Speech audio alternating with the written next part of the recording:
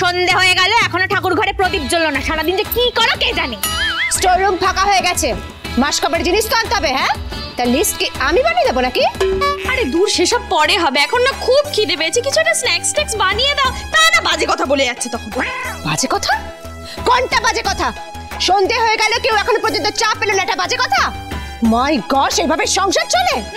তা চলবে কি করে? কাউকে একজনকে তো দায়িত্ব নিতে হবে নাকি? হ্যাঁ, একবেলা রান্না করে দিলে কি আর সংসার চলে? তুই চুপ কর, যা গিয়ে চা বানিয়ে নিয়ে আয়, বাকি কথা পরে হবে। তার মানে এবার থেকে সন্ধ্যাবেলায় ঠাকুর ঘরে প্রদীপ জ্বলবে না, তাই তো? ঠিক আছে। আমি যখন বলেছি আমি দায়িত্ব নেব, তখন আমি সবটা সামলে নেব। আমার কাজ নিয়ে কেউ এত মাথা ঘামিও না প্লিজ। মাই গশ,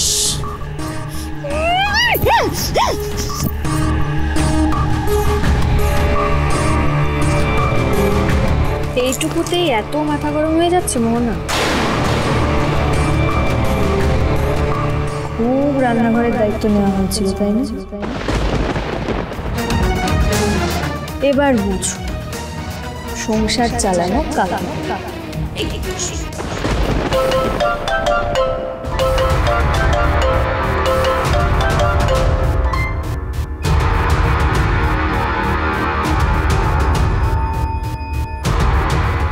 বল। তুই আর কোনো চিন্তা করিস না মোহনা, রায় পরিবারের উপর রিভেঞ্জ নেওয়ার সময় এখন চলে এসেছে। ওটা রায় পরিবারকে আমরা ভেঙে গুঁড়িয়ে দেব। তুই তোর খেলাটা খেল, আমি আমার কাজটা চালিয়ে যাচ্ছি। আমি আমার কাজটা এদিকে ঠিক করে যাচ্ছি। রাখলাম।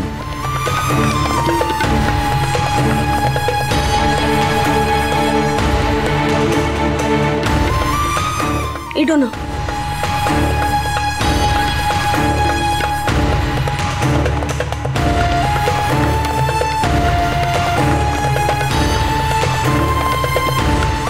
কি হয়েছে?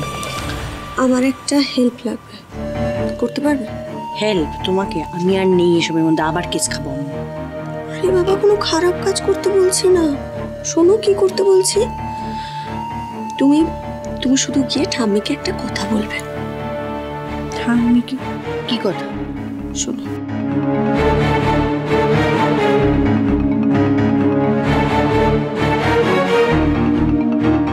কিন্তু এতে শুভদের কি ক্ষতি হবে আমি বুঝতে। আস্তে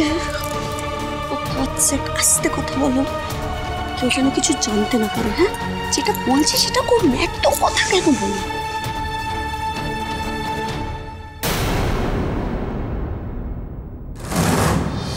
কোন জালে শুভলক্ষ্মীকে এবার জড়াবো সেটা তুমি বুঝবে না ডোনা, তুমি শুধু দেখতে থাকো এই সেন বংশের ভাই বোন দুজনে মিলে কিভাবে এই রায় পরিবারের ভিড় নড়িয়ে দেয়।